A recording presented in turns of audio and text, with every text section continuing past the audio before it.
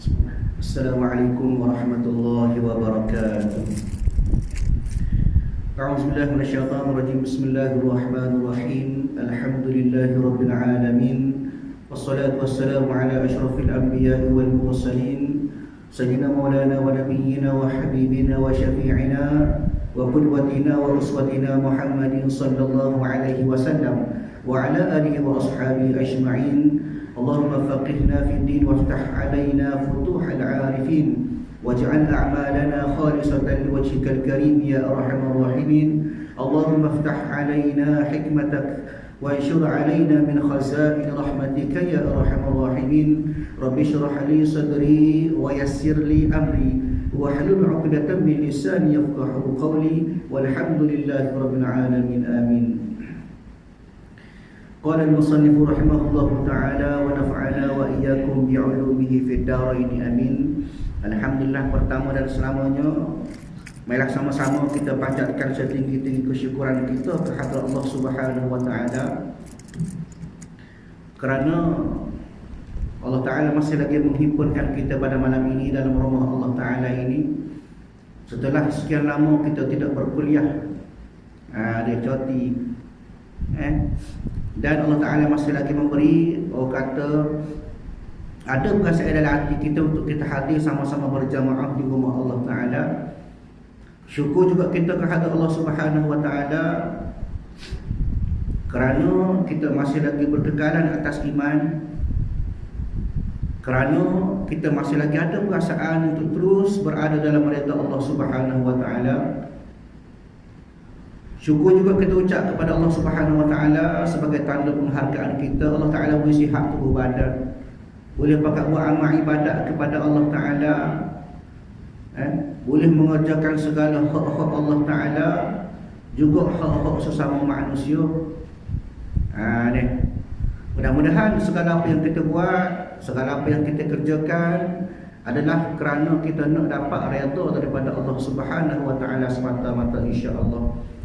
Tuan-tuan, puan-puan yang dirahmati oleh Allah Subhanahu Wa Taala, insya-Allah pada malam ini kita sambung lagi pengajian kitab kita, kuliah kita pada kitab penawar bagi hati. Ada kitab penawar bagi hati.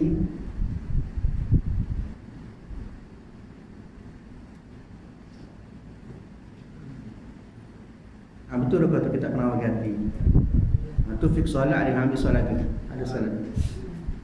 Baik. Dan seperti mana kita sudah maklum, kitab penawar bagi hati merupakan kitab aliran tasawuf. Dia bagaimanakah cara-cara kita nak membersihkan hati kita, jiwa kita. Dia nak membersihkan hati kita daripada jauh daripada Allah Subhanahu Wa Taala. Ada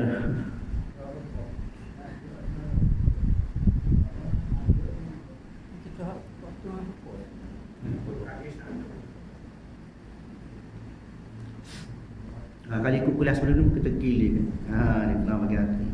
Kemudian fiqh solat. Baik. Jadi kita kali itu kuliah pada sebelum ini kita berada pada muka surat yang ke-7. Masih lagi membicarakan tentang anggota yang 7. Kita pernah bagi hati pada peringkat awal mukadimah dia disebut tentang kata-kata pengarang kitab ini, Syekh Abdul Qadir Al-Mandili rahimahullahu ta'ala. Kemudian pada bahagian yang pertama, kitab ini akan menceritakan kepada kita daripada 7 anggota yang wajib kita jaga.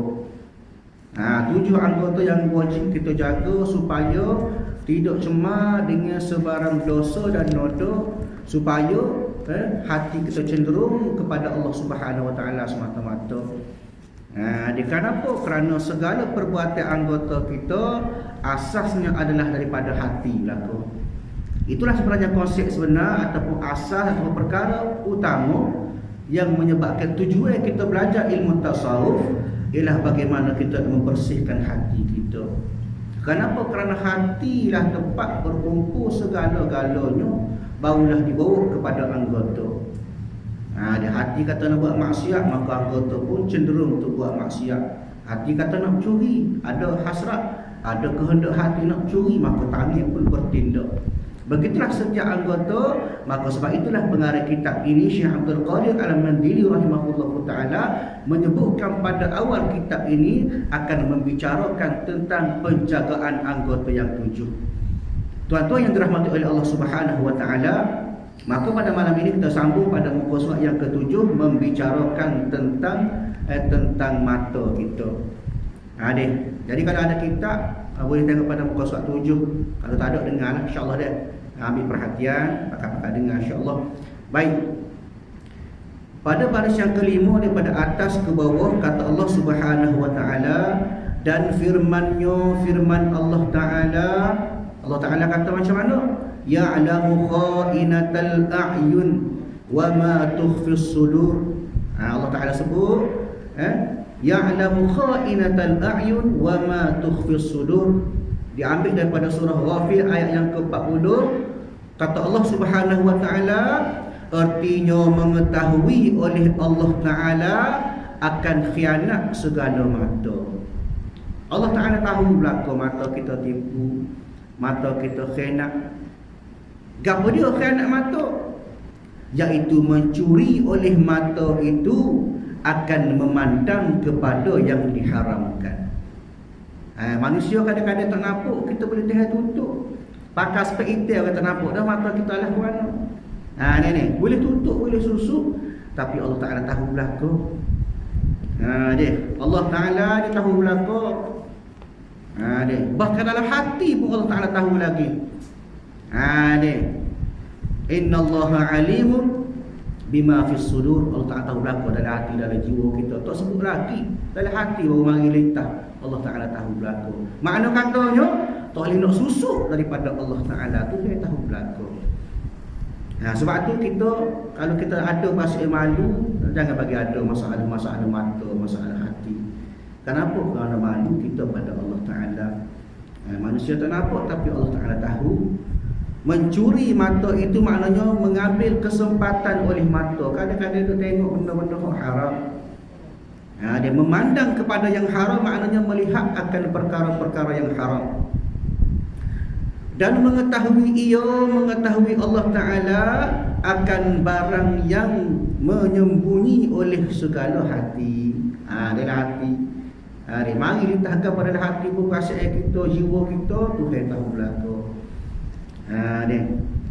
Maknanya bukan setakat kita, Allah Ta'ala boleh melihat segala-galanya.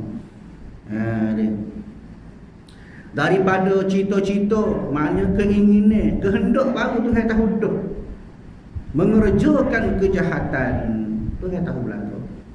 Dan cita-cita mengerjakan kebajikan pun begitu juga. Allah Ta'ala tahu hati kita, jiwa kita sebut, mari puasa. Hari ni nak puasa, hari ni hari senang. Aku bangun pagi, sahur, kita puasa hari senang. Orang lain tak tahu, sebab kita tak royak, kita tak cerita pada orang. Tapi Allah Ta'ala tahu segala-gala benda buruk, benda baik, semua yang ada dalam hati, semua Allah Ta'ala tahu belaka. Malaikat pun tahu. Malaikat Raqib Atid sekadar mencatat benda hak tubik, hak tahu berlaku je. Benda baik maka malaikat pun tulis, benda jahat malaikat pun tulis. Hak buat tu, hak dalam hati tak ada siapa melainkan Allah Ta'ala tahu. Sebab tu kita kena beringat. Dia mari nak fikir gapo, mari nak sebut gapo dalam hati kita, mari nak nitah gapo dalam hati kita, biar rasa takut kepada Allah Ta'ala. Baru untuk menyebabkan hati kita ada benda-benda yang cangguh dengan kehendak Allah. Sebab apa? Sebab bila hati kita sudah diajar dengan benda-benda yang Allah Ta'ala tak suka, benda-benda yang syariat larang, benda-benda yang syarat marah, maka benda ni lah sebenarnya yang dia ajar kita. Mula-mula mari lintasan, akhirnya tergerak hati kita untuk kita buat, maka jadi kepada perbuatan. Bila buat, maka catatlah, termasuklah dalam catatan amalan kita. Sebab tu jangan bagi ada lintasan-lintasan hak tak comel, hak tak baik dalam hati kita. Sebab itulah antaranya kata sahabat radhiyallahu anhu disebut bahawa satu hadis Nabi SAW disebut oleh Sayyidina Huzaifah bin Yaman. Sayyidina Huzaifah bin Yaman ni, kata ulama, dia merupakan salah seorang pemegang rahsia Nabi. Ada sahabat yang hebat, dia dilahirkan di Madinah. Bahkan kata ulama dia masuk berlaku peperangan hak ada dalam berlaku dalam sejarah Islam, hak dia dengan umur dia masuk berlaku kecuali pada perang Badar. Perang Badar sah tak masuk. Perang lain dia masuk berlaku. Bahkan dia ni tahu berlaku lagu mana cerita-cerita orang munafik di Madinah. Dia tahu berlaku. Bahkan satu ketika Sayyidina Umar radhiyallahu anhu bila mana dia nak semaya jenazah orang-orang yang meninggal tu, maka dia akan tengok kepada Huzaifah bin Yaman semaya ke tak. Dia kalau Huzaifah bin Yaman tak semaya, maka Sayyidina Umar pun tak semaya juga. Kenapa? Kerana tahu Huzaifah ni tahu belakang cerita. Anaknya hebat. Maka disebut dalam kitab Penawar Pagi Hati ini, kata Sayyidina Huzaifah bin Yaman, satu ketika Nabi bersabda, hadis Nabi menyebut, innan nazar ila mahasinil mar'ah sahmun masmumun min sihami iblis faman tarakaha adzaqahu Allahu ta'ma ibadatin tasur. Di satu hadis Nabi, satu ketika Nabi sebut, Nabi kata kan, sesungguhnya sesungguhnya maknanya artinya bahawasanya memandang kepada tempat elok, tengok kepada tempat-tempat hak comel mana pada tubuh perempuan. Kita nak tengok badan perempuan, tempat hak comel. Kata Nabi adalah seperti anak panah beracun daripada anak panah iblis. Panahan mata kita nak tengok, kita nak tilik tu, maka kata Nabi serupa dengan panah beracun daripada iblis. Maknanya kerana apa? Dikatakan sebagai panah beracun daripada iblis kerana sangat cepat dia boleh membinasakan kita. Terutama orang lelaki. Dia maknanya cepat dia membinasakan. Bila tengok daripada mata tu masuk dalam hati. Kadang-kadang benda tu dah bawa 3-4 hari terbayar-bayar, teringat-ingat. Kenapa? Kerana kata Nabi sendiri pun Nabi sebut kepada kita, kita dah tengok pandangan mata kita pada perempuan yang elok, maka seumpama anak panah beracun daripada iblis. Maka kata Nabi SAW, faman tarakaha, maka barang siapa meninggalkan akan dia, siapa dia yang boleh jaga daripada tilik perempuan, tilik aurat-aurat, tengok pada benda-benda yang menjadi dosa haram bagi dia, kerana apa? Kerana takut kepada Allah, maka kata Nabi, nescaya merasakan akan dia oleh Allah akan kesedapan pada amal ibadat. Mana di sini Nabi sebut satu kunci kepada kita, satu sipir, satu formula, satu cara bagaimana nak suruh sedap buat amal ibadat, ialah dengan cara kita tak pandang kepada benda-benda yang haram. Kalau jadi masalahnya dia tengok benda haram tu jadi masalah. Dia kapur lain lah, kapur ni alhamdulillah juru belaka.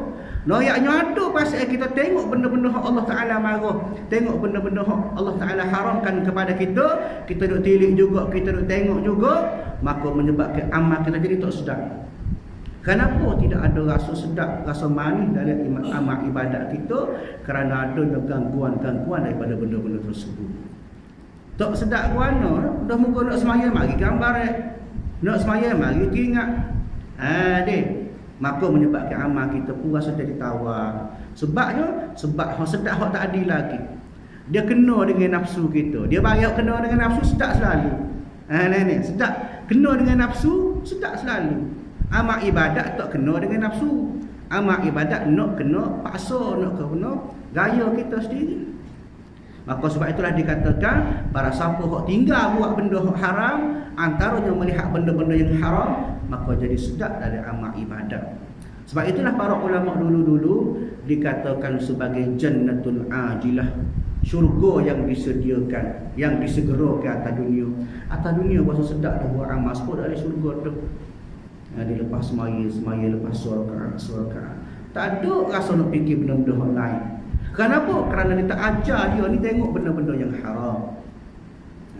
Sedap atau sedap dia buat amal ibadat. Bahkan satu cerita ada menyebut bahawasanya salah seorang wali Allah Ta'ala dia semaya berjamaah. Tiba-tiba semaya Isya dia jemput dia, naiklah sekali.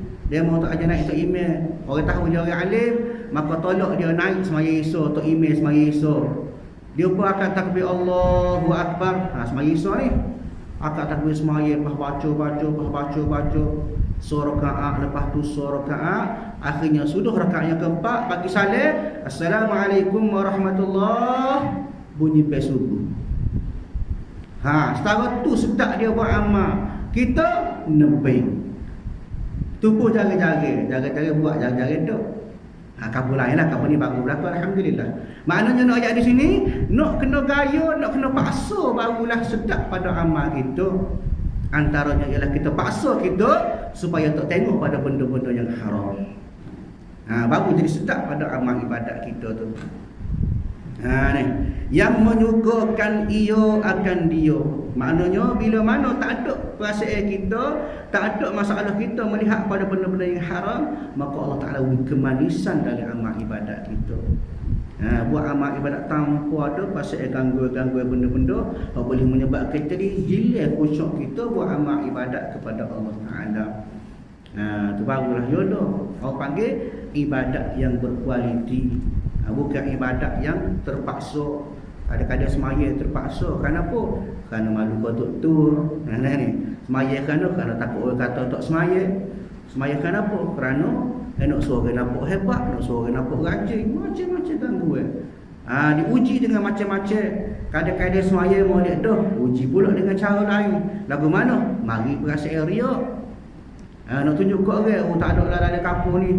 Hamba sore lah rajin semayanya. Dia bangun tengah malam ngatik 1000. Ni.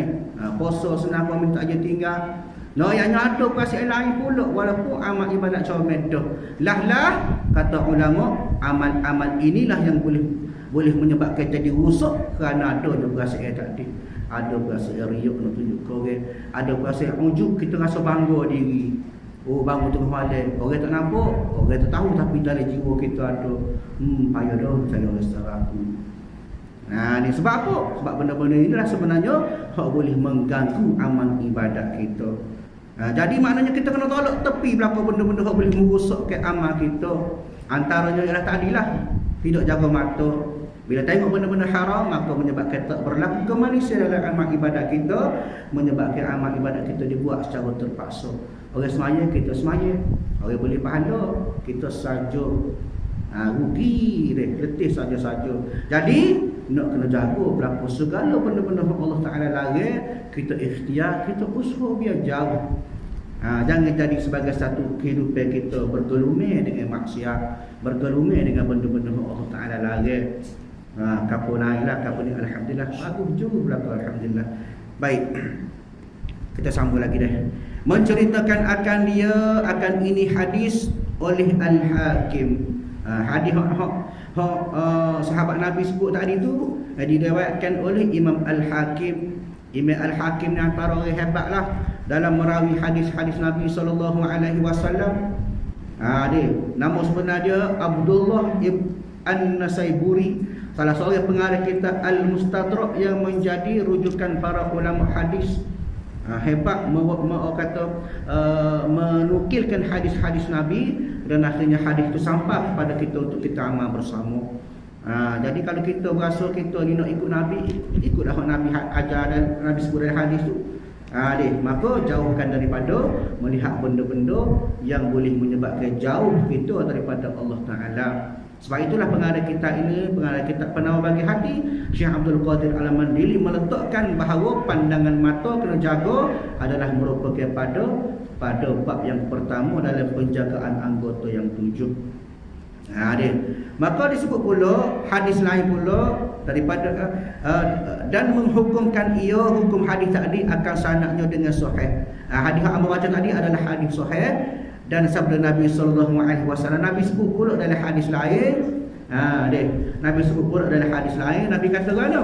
Nabi kata likulli ibni Adam hazzahu minaz zina fal'ainani tazniyani wa zinahuma an-nazar wal yadani tazniyani wa zinahuma al-batshu wal rijlani tazniyani wa zinahuma al-mashi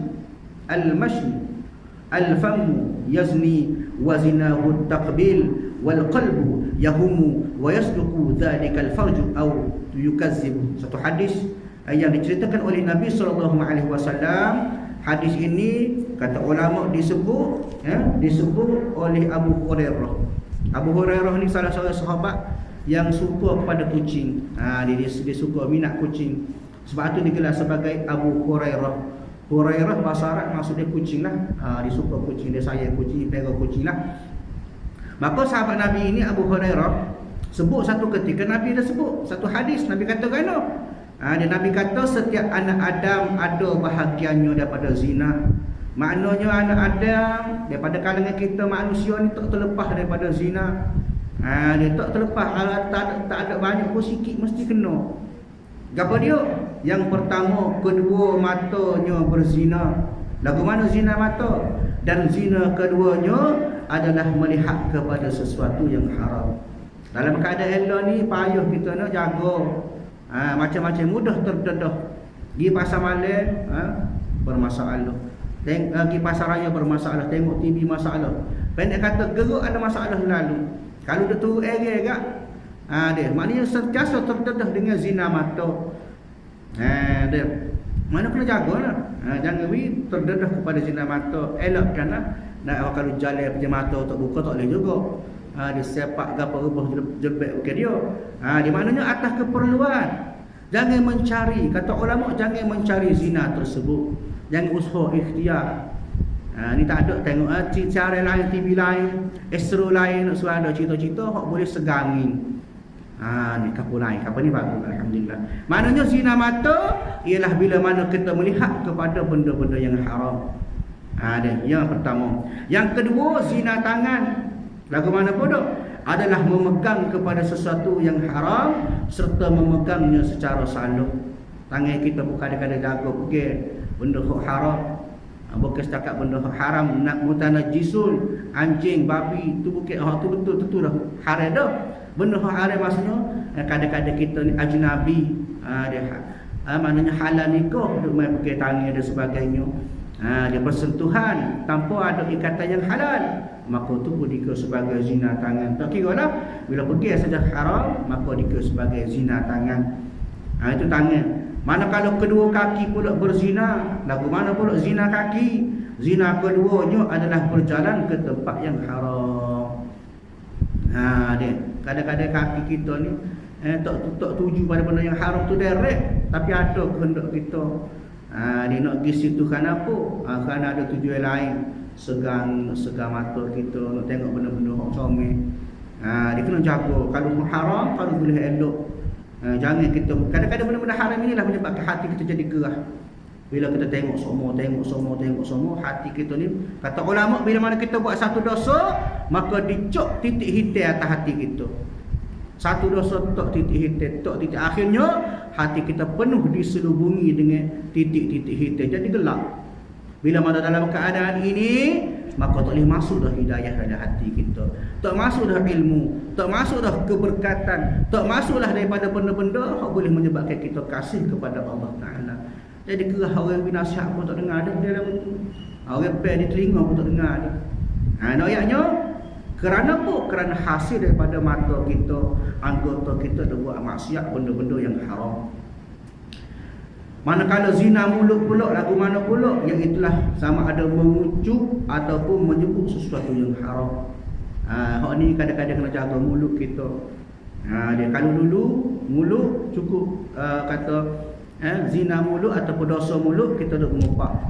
Conceng duk cerita orang tu gitu, orang ni gini. Ni dia sebut orang cerita kita tak sebut. Dia cerita orang ada sebut tu. Sebut cerita orang tu gini. Kalau lo ni ikut tangan, tarik atas.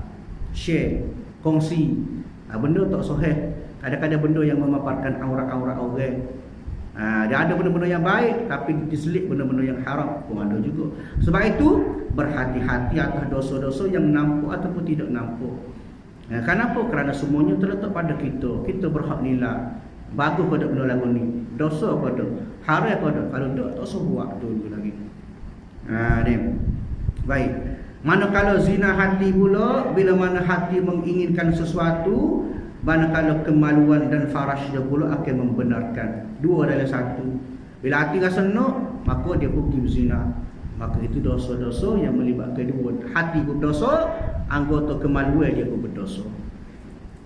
Ini hadis riwayat Muslim dan Al-Baihaqi rahimahullahu taala. Ayat di sini satu gambaran kepada kita, anggota kita tak kena cara, maka boleh menyebabkan jadi dosa. Jak geruk kita, geruk tangan dosa, geruk mata dosa, geruk kaki dosa. Kenapa tak kena cara? Kalau kena cara kita jaga, maka boleh membawa kepada pahala. Mulut sentiasa menyebut zikir kepada Allah Taala. Ini mata kita tengok Al-Quran, baca Al-Quran. Kaki kita menuju ke masjid, pergi mari surah balas, pergi majlis-majlis ilmu, pergi sambung silaturahim dan sebagainya. Buat benda baik, boleh pahala selalu. Sebab itu kata ulama, biar setiap gerak kita tu ada makna. Jangan gerak kita tu ada dosa, tak nak biar gerak kita biar ada pahala selalu. Kenapa? Kerana pahala inilah yang kita hajat-hajatkan pada hari akhirat nanti. Dan itu kenapa? Esok-esok masa tu pakat bubuk nak kepada pahala berlaku. Di maknanya elok kepada benda-benda yang haram, buat benda-benda yang boleh mendatangkan faedah, sama ada faedah bangsa dunia ataupun faedah pada bangsa akhirat. Naknya biar kita ni tak lari daripada syariat Allah Taala, banyak kita menjaga daripada buat benda-benda yang haram, termasuklah daripada pandangan mata kita. Jaga mata, jangan tengok benda-benda yang boleh menyebabkan mata kita berdosa, dikatakan sebagai mata-mata yang berzina. Maka hadis ini menunjukkan bahawa zina itu antaranya berpunca daripada mata.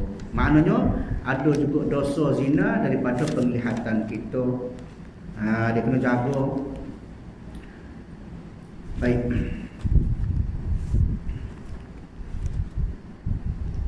Menceritakan akan ini hadis, maknanya hadis yang Amba sebut tadi oleh Muslim dan Al-Baihaqi. Dua-dua ni antara ulama hebat, dinamakan juga sebagai muhaddisun, antara orang yang hebat dalam menukilkan hadis-hadis Nabi SAW.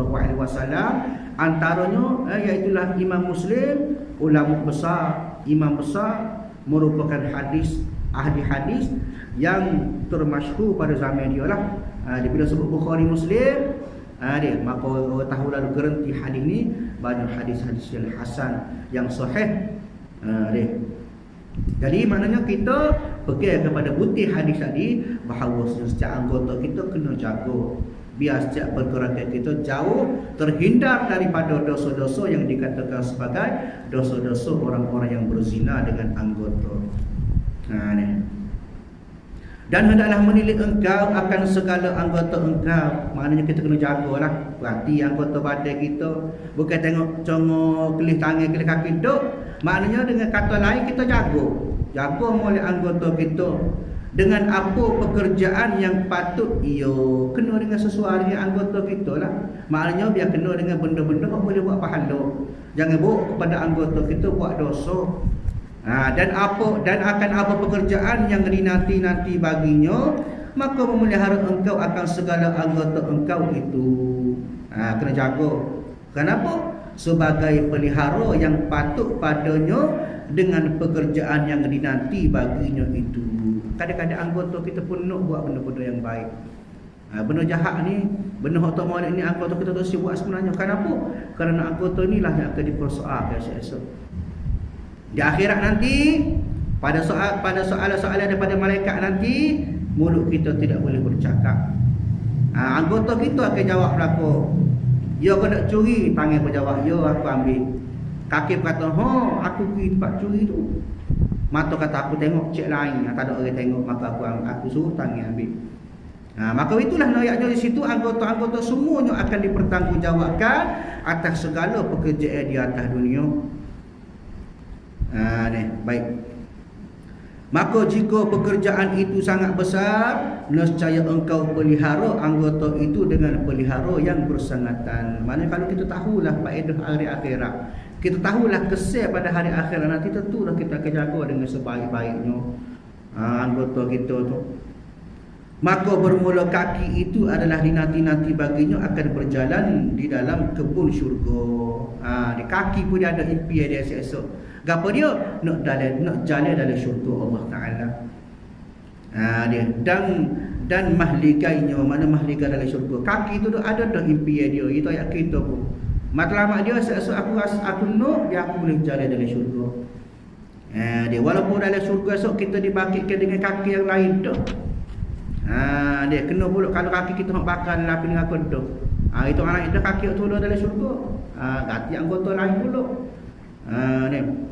Maknanya ada impian dia nak masuk syurga juga kaki tu. Tak sih masuk neraka. Dan ada pun tangan itu, maka dinanti-nanti baginya mencapai buah-buahan di syurga dan minumannya. Tangan pada impian dia dari syurga esok. Dia nak masuk syurga juga tangan, nak ambil buah-buahan daripada syurga, nak minum air daripada syurga. Maka seperti itu jugalah segala anggota yang lain. Bukan sakat tangan kaki dah, semua pakat nak masuk syurga berlaku dalam anggota badan kita. Bahkan tu anggota pun tentu dah nak masuk syurga. Itu maksudnya. Maka mata hanya senya ia kerana memandang kepada zat Allah Ta'ala di dalam syurga dengan tiada menyerupai kelakuan melihat yang baharu. Mata ada impian dia. Gapo dia? Nak tengok Allah Ta'ala. Kata ulama kita akan boleh tengok Allah Ta'ala pada hari akhirat nanti dalam syurga. Itulah yang dikatakan oleh ulama sebagai sebesar-besar nikmat. Bila tengok syurga, lupa segala benda yang lain. Dia ada orang boleh tengok setahun sekali wajah Allah Ta'ala. Ada orang boleh tengok sebulan sekali. Ada orang seminggu sekali. Ada orang setiap hari. Ada orang setiap jam. Ada orang setiap saat. Boleh tengok Allah Ta'ala. Bergantung kepada amal dia. Sebab tu kalau kita rasa kita nak tengok Allah Ta'ala dengan keadaan yang kerak semua, aku banyak buat amal ibadat atas dunia. Kenapa? Kerana hanya orang yang bersih semata-mata boleh duduk dalam syurga. Orang cuma ada dosa boleh juga, tapi lambatlah sikit kena bakar dulu, kena buai dulu, hapus segala dosa dengan ba'da azabin wa intal, dengan hukuman azab-azab dalam masa yang panjang. Maknanya kena cuci dulu, bakar api neraka dulu, setimpal dengan segala dosa-dosa kita buat. Maka selepas pada tu barulah boleh masuk syurga, barulah boleh tengok Allah Ta'ala. Tu pun tak tahu lagi berapa kali boleh tengok Allah Ta'ala. Tapi tengok Allah Ta'ala tu kata ulama wajhun bi wajhin, tengok menghadap. Boleh tengok Allah Ta'ala secara berdepan, tak ada hijab di antara kita dengan Allah Ta'ala. Boleh tengok lagu tu je, face to face bahasa Inggeris sebut, face to face. Sebagaimana Nabi kita Nabi Muhammad SAW tengok Allah Ta'ala masa Isra dan Mi'raj. Masa itulah dia orang ataupun makhluk Allah Ta'ala yang boleh tengok Allah Ta'ala. Manusia yang paling mulia Nabi Muhammad ialah manusia sore-sore je yang boleh tengok Allah Ta'ala atas dunia masa hidup. Kita kena mati dulu baru boleh tengok Allah Ta'ala. Sebab itulah yang dikatakan antara kata-kata ahli sufi ataupun ulama tasawuf, dikatakan sekiranya ada mati tu dijual di kedai, maka kata ulama tersebut akulah orang mula-mula akan beli. Nak mati dia. Kenapa? Nombor satunya kerana amal dia cukup dah, banyak dah. Nombor dua kerana kasih dia kepada Allah Ta'ala. Kalau kita punya mati tak silago. Bahasa aku tak sihat sikit, cari obat selalu. Farmasi selalu. Kenapa? Nak suruh hidup lama, tak si mati. Tapi ulama bila mana dia betul-betul kasih dia nak kepada Allah Ta'ala, maka dia sanggup sekiranya dia mati asalkan dia boleh tengok Allah Ta'ala. Maknanya di sini salah satu daripada impian mata ialah dia nak tengok Allah Ta'ala pada dalam syurga nanti. Nak tengok, nak kelih Allah Ta'ala dalam keadaan berhadap akan mata dia dengan zat Allah Subhanahu Wa Ta'ala. Dia baik. Dan tiada menyerupai kelakuan melihat yang baharu. Bukan supaya kita tengok kita lah, bukan supaya manusia tengok manusia. Dia lain. Cara dia tu wallahu a'lam, Tuhan tahu. Tapi hakikat dia ialah bagaimanakah pada ketika itu seorang hamba itulah manusia boleh tengok wajah Allah Ta'ala, wajhu rabbika, boleh tengok wajah Allah Ta'ala. Masa tu tak ada nikmat sebesar-besar nikmat. Dia tak ada sebaik-baik secomel-comel benda dia, sebagus-bagus perkara ialah bila mana kita boleh tengok Allah Ta'ala. Lupa segala nikmat dalam syurga. Syurga ni nikmat tak ada arah nak ayat dah syurga ni. Tak boleh nak gambar dah lagu mana nikmat syurga. Tapi bila tengok Allah Ta'ala, maka lupa juga segala nikmat dalam syurga. Dia. Dan tiada ada di dalam negeri dunia dan tiada ada di negeri akhirat nikmat lebih besar daripada nikmat melihat Tuhan itu. maka patut sangat bagi mata yang dinanti baginya akan sebesar-besar nikmat. Padalah mata dia nak sangat tengok Allah Ta'ala tu. Kenapa? Kerana itulah sebesar-besar nikmat. Bila mana dia boleh tengok Allah Ta'ala pada hari akhirat nanti, dia tunggu dia tengok Allah Ta'ala. Tapi kita diberi amanah mata, kita bunuh tidak kena cara, maka kita sudah mengkhianati amanah tu yang mata pada kita. Bahawa dipelihara akan dia dengan sehingga-hingga pelihara. Maknanya dia menjaga molek mata kita daripada tengok benda-benda yang haram, dan dimuliakan dia sehabis-habis mulia. Jaga mata biar jadi mulia. Lagu mana mulia? Tengok pada Quran, tengok pada tempat sujud. Buat mata tu, guna mata tu dengan cara untuk mendekatkan kepada Allah Ta'ala. Dan bahawa tiada doktor akan dia dengan memandang akan yang haram. Tiada dikotor. Tiada dikotor artinya tiada dicemar. Jangan buat cemar mata akan dia dengan memandang akan yang haram. Wallahu a'lam. Mana di sini? Yang di sini satu tuan-tuan puan yang terhormati oleh Allah Ta'ala. Kesimpulan kuliah kita pada malam ini, terjaga molek mata. Tuhan beri amanah kepada kita, segala-galanya akan disoal oleh Allah Ta'ala, termasuklah daripada nikmat mata. Jaga molek, sebab mata pada impian dia nak tengok Allah Ta'ala pada hari akhir nanti. InsyaAllah tuan-tuan puan yang terhormati oleh Allah Subhanahu Wa Ta'ala, mudah-mudahan kita boleh jaga mata kita dengan sebaik-baiknya. Mudah-mudahan juga kita sebagai tuan mata boleh masuk syurga bersama-sama dengan mata kita ada yang diamanahkan oleh Allah Ta'ala untuk kita jaga atas dunia, dengan cara kita buat benda-benda yang baik dengan menggunakan nikmat, termasuklah nikmat mata Allah Ta'ala beri kepada kita, insya-Allah. Jadi sekarang kuliah kita pada malam ini, insya-Allah kita sambung kuliah kita pada masa akan datang. A'udzubillahi minasyaitonirrajim. Alhamdulillahirabbil alamin. Wassalatu wassalamu ala asyrafil anbiya'i wal mursalin wa ala alihi wa ashabihi ajma'in. Allahumma inna nas'aluka ridhaka wal jannah wa na'udzubika min sakhatika wan nar. Allahumma innaka 'afuwun karimun tuhibbul 'afwa fa'fu 'anna wa 'an walidina wa 'an jami'il muslimina wal muslimati wal mu'minina wal mu'minat bi rahmatika ya arhamar rahimin. Allahumma rabbana atina fid dunya hasanah wa fil akhirati hasanah wa qina 'adzabannar. Wa sallallahu ala sayyidina Muhammad wa ala alihi wa ashabihi ajma'in. Walhamdulillahirabbil alamin. Assalamualaikum warahmatullahi wabarakatuh.